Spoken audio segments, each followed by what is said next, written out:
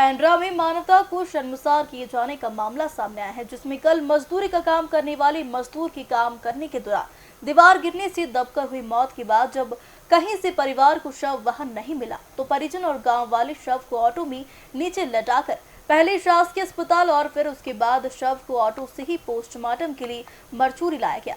Postmortem होने के बाद मरचूरी से शव मृतक के घर ले जाने के लिए भी शव वहां नहीं मिला।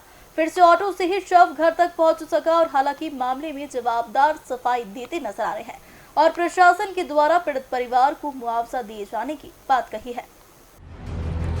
दरअसल पूरा मामला पेंड्रा थाना क्षेत्र का है, जहां पर कल लगभग शाम को 3:30 बजे मजदूर युवक नीरज मरावी एक घर में कच्ची दीवार तोड़ने के दौरान दीवार पे दबकर उसकी मौत हो गई। मजदूरों ने जब उसे बाहर निकाला तो नीरज की मौत हो चुकी थी।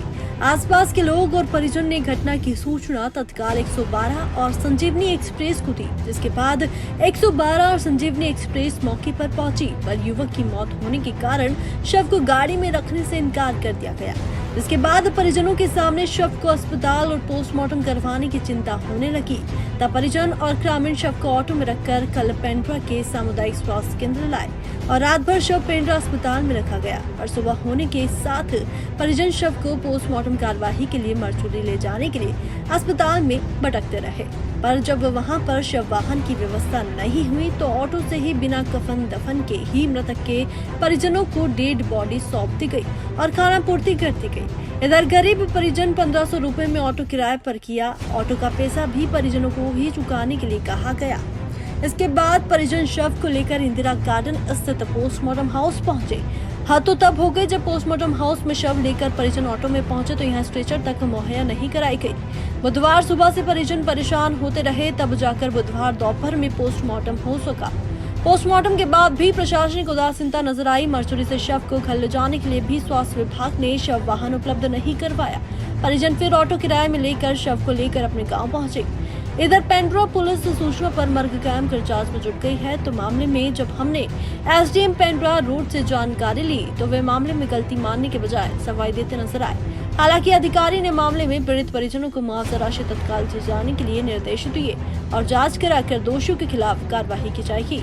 उन्होंने पोस्टमार्टम में हुई देरी को लेकर भी कार्रवाई करने की बात कही। बहरहाल 3 दिन पहले ही प्रदेश के मुखिया ने वीडियो कॉन्फ्रेंसिंग के जरिए ली मीटिंग में सख्त निर्देश दिए थे कि अस्पताल से कोई भी शव बिना शव वाहन के परिजनों को नहीं सौंपा जाना चाहिए। ऐसे में ये लापरवाही या चूक समझ से परे है। घर उजाड़ने का तो हम लोग काम कर रहे थे, दूसरा दिन था तो नीचे का मिट्टी था उसको हटा रहे थे।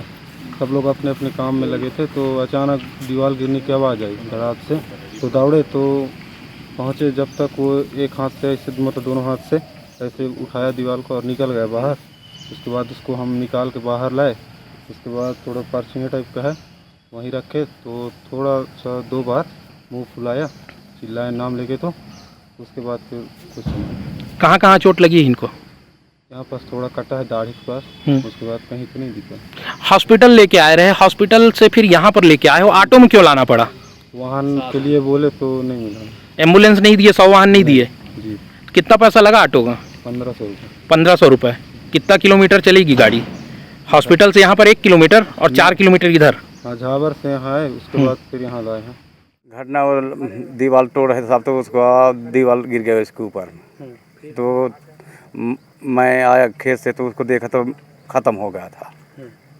फिर उसके बाद क्या किया? उसके बाद फिर हम कोटवार को सूचना दिए, सरपंच को सूचना दिए, सबको उसको बुलाए, इसको बुलाए, सबको बुलाए। तो फिर फ़ोन लगाते थे 112 108 को सब। तो फिर नहीं हो पाए, 108 गए तो ख़त्म हो गया तो नहीं लाया पाए बेचारा।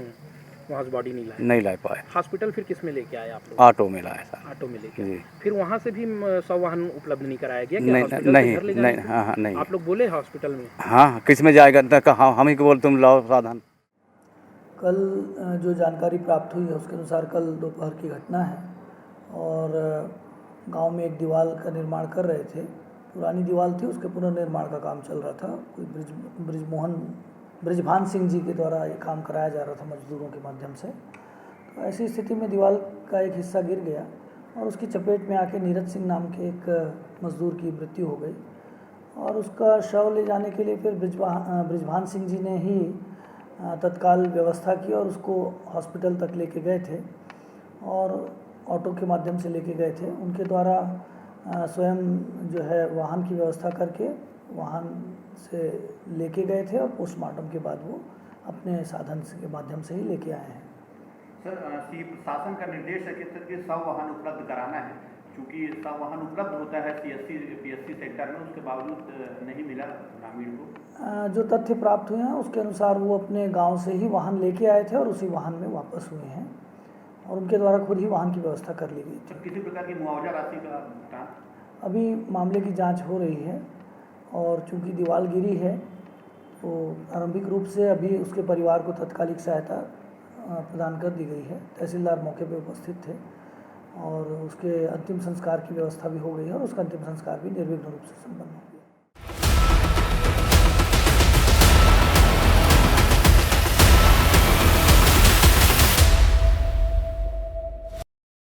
अब बेरोजगारी को कहिए bye bye. Fast India 24 news के साथ सफलता की सीढ़ी चढ़ते जाए। फास्ट इंडिया 24 जो सभी राजनीतिक, साहित्यिक, सामाजिक, धार्मिक, भ्रष्टाचार, जुर्म, खेल आदि के साथ साथ क्षेत्रीय खबरों को प्रमुखता से दिखाते हैं।